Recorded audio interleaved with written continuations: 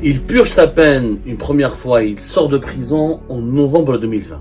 Mais 6 ans plus tard, à savoir en juin 2026, il retourne une nouvelle fois en prison et son incarcération ne cesse de susciter des interrogations et de faire couler beaucoup d'encre. Elle défraie toujours la chronique et personne en Algérie n'a compris comment et pourquoi Amara Ben Younes, qui a complètement disparu des radars et qu'on pensait qu'il était épargné, voire même oublié par la machine infernale de la répression judiciaire et policière en Algérie, et il a fait son retour en prison à la surprise générale des Algériens et des Algériens qui l'ont oublié et qui se sont rappelés de son existence ou de son souvenir lorsque le 23 juin 2026, Amara Ben Younes avait été placé sous mandat de dépôt par le juge d'instruction, par un juge d'instruction du tribunal de Sidi Mohamed au niveau du pôle des affaires financières et économiques. Aucune raison n'a été fournie pour l'expliquer, aucune explication n'a été fournie pour justifier cet emprisonnement. Amara Ben Younes était une figure politique populaire, il était l'une des figures politiques emblématiques du régime de Bouteflika. Et dans cette émission Khalté Rotaté, nous allons vous expliquer les véritables tenants et aboutissants, les véritables dessous de l'affaire Amara Ben Younes, qui n'ont rien à voir malheureusement avec de quelconque considération judiciaire. Amara Ben Younes est victime d'un règlement de compte purement politique. Khalté Rotaté, salam alaikum, ahlan wa sahlan. Merci pour votre fidélité. Amara Ben Younes, effectivement, est un personnage que vous connaissez, que beaucoup d'entre vous connaissent. Il s'est fait connaître notamment lors de la campagne électorale pour le 4e mandat d'Abdelaziz Bouteflika en 2014 à travers sa fameuse phrase provocatrice et méprisante, puisqu'il disait aux opposants du 4e mandat en 2014, Bon, il l'a pas dit de façon violente, c'était pas un homme particulièrement violent, c'était un homme provocateur. Amara Ben Younes, il a été longtemps, plusieurs fois ministre. Il était ministre de la Santé 1999 à 2000, ministre de l'Environnement de 2012 à 2013, ministre de l'Industrie 2013-2014 et ministre du Commerce de 2014 à 2015. Il était aussi le secrétaire général et le fondateur d'un parti politique qui s'appelle le Mouvement Populaire Algérien, qui avait beaucoup d'ambition à l'époque de Bouteflika, mais qui a totalement disparu aujourd'hui du champ politique du régime Tebboune, puisqu'il était considéré comme un héritage du régime de Bouteflika. Il a été limogé en 2015 à la suite d'une dispute qu'il avait opposée à Saïd Bouteflika et un malentendu qu'il avait opposé à Saïd Bouteflika. Et comme il avait dit lui-même, il avait été limogé ou démis de ses fonctions de ministre du Commerce en 2015 à la suite d'un simple appel téléphonique, puisque Saïd Bouteflika ne voulait pas de lui. Et il y a eu tellement de fantasmes, il y a eu tellement de spéculations et tellement de rumeurs sur son départ du gouvernement, son exclusion par Saïd Bouteflika, que à la fin, il est devenu l'objet d'un véritable feuilleton de fantasmes politiques et judiciaires. Surtout de fantasmes politiques, puisqu'il n'a jamais été inquiété par la justice à l'époque de Bouteflika. En 2019, naturellement, il va être la cible d'une machine judiciaire, comme je le disais, infernale, répressive et une machine broyeuse, puisque tous les symboles du régime de Bouteflika a été taillés en pièces, étriés pour satisfaire la colère populaire et pour faire croire à la population algérienne que tout le malheur du pays c'était le régime Bouteflika et qu'avant on était la Suède et la Suisse et qu'après le régime de Bouteflika on sera à Singapour ou Dubaï. Naturellement, vous connaissez tous les résultats de cette grossière manipulation. Mais bon, Amara Ben Younes a été condamné une première fois à 3 ans de prison ferme.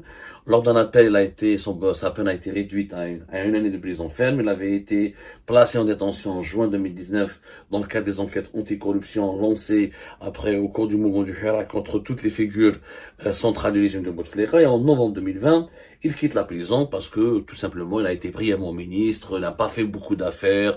Il connaissait Ali Haddad et Saïd Bouteflika, mais c'était beaucoup plus un relais de propagande médiatique et un relais de propagande politique qu'autre chose. Amara Ben Younes et son frère possédaient par exemple le journal La Dépêche de la Kabylie. Ils étaient influents dans certains coins, localités de la Kabylie, ni plus ni moins. Ils voulaient faire du MPA, le nouveau parti progressiste et démocrate algérien, pour éclipser le LCD, le FFS et les autres.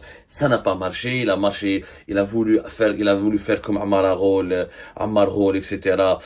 C'est-à-dire faire alliance avec les Bouteflika, monter en puissance et se positionner éventuellement comme l'un des successeurs d'Abdelaziz Bouteflika. Ça n'a pas marché. Sa carrière politique a été tout simplement sa dispute et le conflit qu'il a eu en 2015 avec Saïd Bouteflika a mis un terme tout simplement à toutes ses ambitions. Il a ensuite disparu. Il a été condamné pour abus de fonction, détournement les accusations classiques de la corruption, des affaires de corruption en Algérie. Durant 6 ans, personne n'a entendu parler d'Amara Ben Younes. Il avait disparu des radars. Comme tout le monde, il avait compris qu'il fallait appliquer la politique de l'autruche, à savoir se fondre dans la masse, ne pas parler, fermer sa gueule, voire même plonger dans un bassin afin que personne ne puisse vous voir. Boutebout n'aime pas la contradiction, n'aime pas l'opposition, n'aime pas qu'on le critique, n'aime pas qu'on parle de lui. Bizarrement, en juin 2026, il a été emprisonné une nouvelle fois pour pratiquement les mêmes chefs d'inculpation qu'en 2019, abus de fonction, détournement délibéré de fonds publics, octroi d'avantages injustifiés, défaut de déclaration de patrimoine. C'est quoi l'affaire? Personne ne le sait. Certaines sources nous disent qu'il a un lien avec l'affaire de Ali Aoun. Est-ce qu'il a connu Nuno Maneta, le fameux lobbyiste et homme d'affaires qui a été utilisé par Ali Aoun pour les affaires d'enrichissement, de corruption et de ramassage de pots de vin, etc. Personne ne le sait. Il n'y a aucun détail. Moi, j'ai beau chercher, ça fait une semaine que je cherche. Pas une semaine, j'exagère. On est le 27, ça fait 5 jours, 4 jours, voilà. Ça fait 3-4 jours que j'essaie de comprendre. En réalité, j'ai découvert que l'affaire Ammar Ben Younes est purement politique. Ammar Ben Younes était placé sous contrôle judiciaire depuis novembre et décembre 2025. Depuis novembre et décembre 2025. Il était sous enquête par le pôle pénal des affaires économiques et financières du tribunal de Sidi Mohamed. Donc, si on voulait réellement le mettre en prison, c'est sa culpabilité, son implication. En tout cas, s'il y avait des soupçons avérés de sa culpabilité ou de son implication dans des affaires de corruption, de détournement délibéré de fonds publics ou d'octroi d'avantages injustifiés, on aurait pu le mettre en prison depuis novembre et décembre 2025. Ça n'a pas été le cas, il a été auditionné à maintes reprises, etc. Et n'a pas été inquiété jusqu'à cette période de juin 2026. Et, comme par hasard, il a été emprisonné à la veille des élections législatives qui sont prévues en Algérie, début juillet 2026. Qu'est-ce qui s'est passé réellement? Selon nos investigations, Ammar Ben Younes, après avoir fermé sa gueule pendant 6 ans, il a commencé à parler. Tout simplement. Dans un cercle privé et restreint, je dis bien que dans un cercle privé et restreint, il a commencé à parler, il a commencé à critiquer la politique de Tebboune, il a commencé surtout à parler de l'exclusion des candidats au niveau des élections législatives, comment cette exclusion des candidats, notamment des candidats d'origine kabyle, de certains partis politiques. Il a commencé à commenter la vie, mais dans un cercle restreint. C'est-à-dire qu'il parlait avec des connaissances et des amis, il ne parlait pas publiquement. Il n'a pas parlé avec des journalistes, il n'a pas parlé avec des hauts responsables, il n'a pas parlé avec des officiers du service secret, etc. Il a parlé à des proches, à des amis dans un cercle restreint. Et comme beaucoup de personnalités algériennes, comme un certain Issa Darbrab, qui en 2023, il a eu les mêmes problèmes, et il a été trahi. Ammar Ben Younes, il a été trahi, et on a rapporté les propos critiques qu'il avait émis à l'encontre d'Abdelmajid Tebboune. Ils sont parvenus aux oreilles de qui? Aux oreilles de Hamada Chamiroche. Hamada Chamiroche, dont nous avons déjà parlé à maintes reprises, c'est le secrétaire particulier de Tebboune et qui est un homme extrêmement réseauté. Je dis bien un homme extrêmement réseauté, qui a beaucoup de connaissances, qui a beaucoup de sources et qui fournit continuellement plusieurs informations, qui fournit continuellement à Abdelmajid Tebboune plusieurs informations sur ce qui se passe dans les réseaux, dans les lobbies, dans les salons du régime algérien. Et donc, l'information est parvenue à Hamada Chamiroche, qui a alerté Abdelmajid Tebboune, qui lui a dit, voilà, monsieur le président, il y a Ammar Ben Younes qui commence à ouvrir sa gueule, qui commence à parler de vous. Et Tebboune, c'est très simple. Il est tellement il est tellement parano, ce mec-là. Ce monsieur est tellement parano que pour lui, toute personnalité ayant occupé des fonctions à l'époque du régime de Bouteflika, ou toute personnalité politique qui a une certaine autorité, ou qui a occupé des postes au pouvoir, ou qui a exercé des mandats au sein du gouvernement, dès qu'elle commence à parler de lui en mal, dans certains cercles privés, dans des cercles privés, c'est-à-dire avec des gens, lors de cérémonies, de fêtes, ou lors de simples rencontres amicales, ou lors de réunions amicales, etc., et directement, c'est son complotisme qui lui monte à la tête. Ah, il y a un complot qui se prépare contre moi. Il a tellement peur de perdre le pouvoir, il a tellement peur d'être renversé, il a tellement peur d'être contesté, il a tellement peur de voir des opposants contre lui se fédérer pour lui causer des soucis, dès qu'il entend qu'une personnalité politique parle ou le critique ou critique sa politique, il leur donne directement sa décapitation. Et c'est ce qui s'est passé. Et ça, en 2023, il lui est arrivé la même chose. Il a parlé dans un cercle privé, il a critiqué la politique on a bien vu ce qui lui est arrivé, il est toujours sous contrôle judiciaire, ses propres enfants sont retournés contre lui, le régime Tebboune a utilisé les enfants de Rabla pour l'exclure, on l'a forcé à fermer liberté, on l'a forcé à prendre ses distances par rapport à la politique, par rapport au général. À l'IRD dont il était le principal soutien, et aujourd'hui le pauvre Essad Rabalab, capitaine d'industrie en Algérie, qu'on l'aime ou qu'on ne l'aime pas, il est critiquable, il n'est pas à l'abri de la critique, il risque de mourir du jour au lendemain dans l'indifférence générale. Avec Tebboune, tu ne parles pas, tu fermes ta gueule.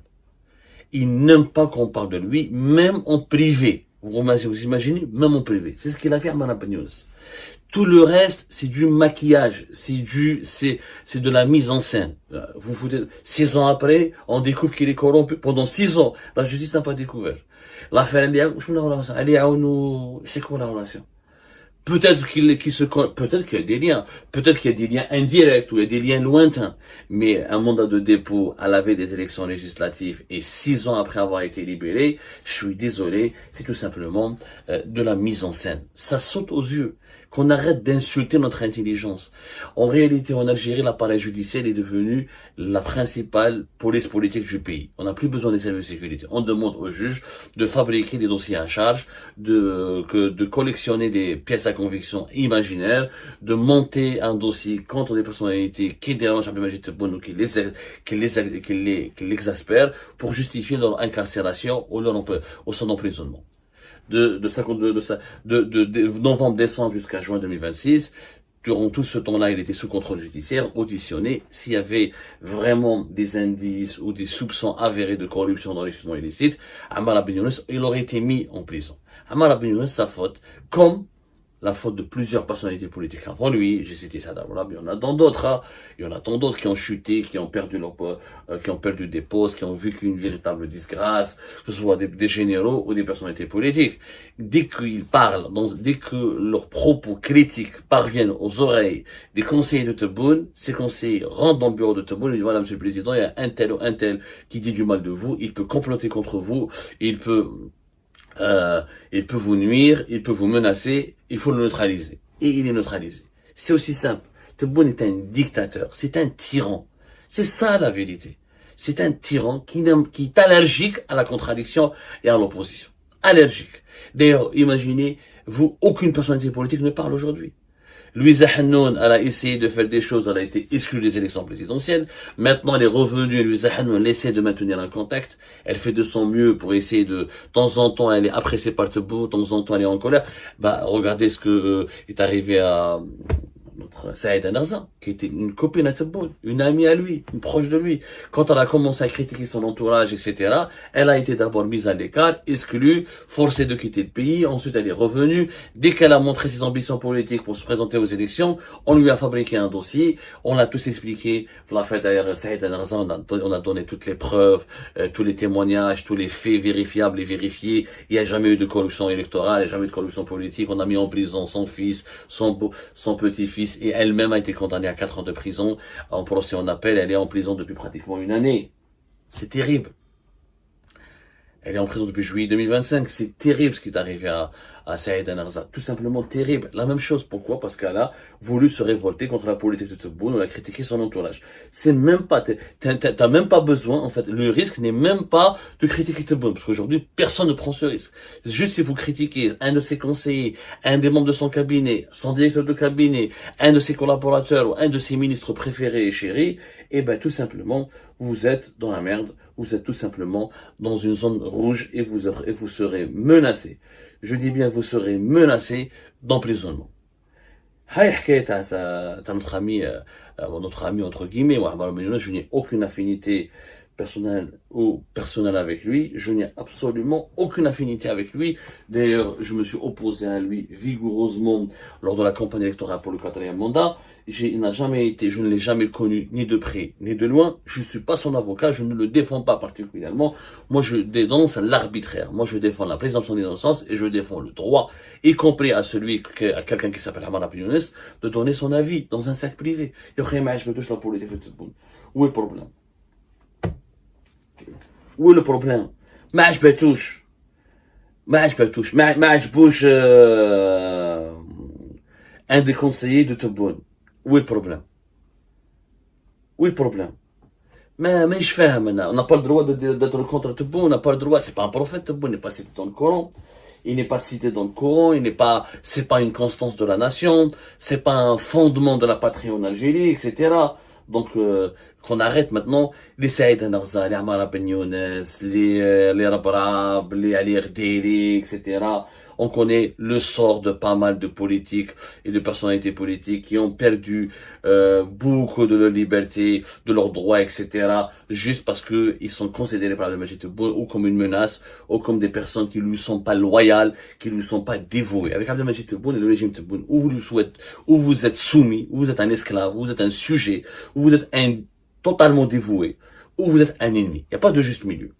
Tu fermes ta gueule, tu as la paix. Tu ouvres ta gueule, ne serait-ce que pour dire des évidences, ou pour user de tes droits fondamentaux, à une liberté de parole, à une réflexion critique, à une liberté citoyenne, à un droit citoyen d'avoir un regard critique sur la situation de ton pays et de la gouvernance de ton pays. Et ben, tu finis en prison, on te met d'abord sous contrôle judiciaire, on te convoque une première fois, une deuxième fois, on va te harceler, on va fouiller, et on va trouver le moindre indice, la moindre infraction, une amende qui n'est pas payée, un virement bancaire ou un peu d'argent qui a été retrouvé mais qui n'a pas été justifié, une relation sulfureuse avec un personnage sulfureux dans le passé, une bêtise qui a été commise, et ben tout est utilisé pour justifier une incarcération, un placement sous mandat de dépôt. Voilà la tactique et la technique de régime Tebboune, qui est limpide, qui est cruellement efficace et qui est machiavélique et méchante pour faire taire tout le monde. Le résultat, nous avons un pays qui est vidé de son élite, une élite totalement démantelée, décapitée, un pays qui ressemble à une prison à ciel ouvert ou une caserne à ciel ouvert. Personne ne parle, personne ne réfléchit. Nous sommes les Algériens sont devenus lobotomisés, plus de cerveau, plus de droit à la parole, plus de parole libre tout simplement. Le régime décide, il applique ses agendas, il tourne en rond et le pays par conséquent tourne lui-même en rond.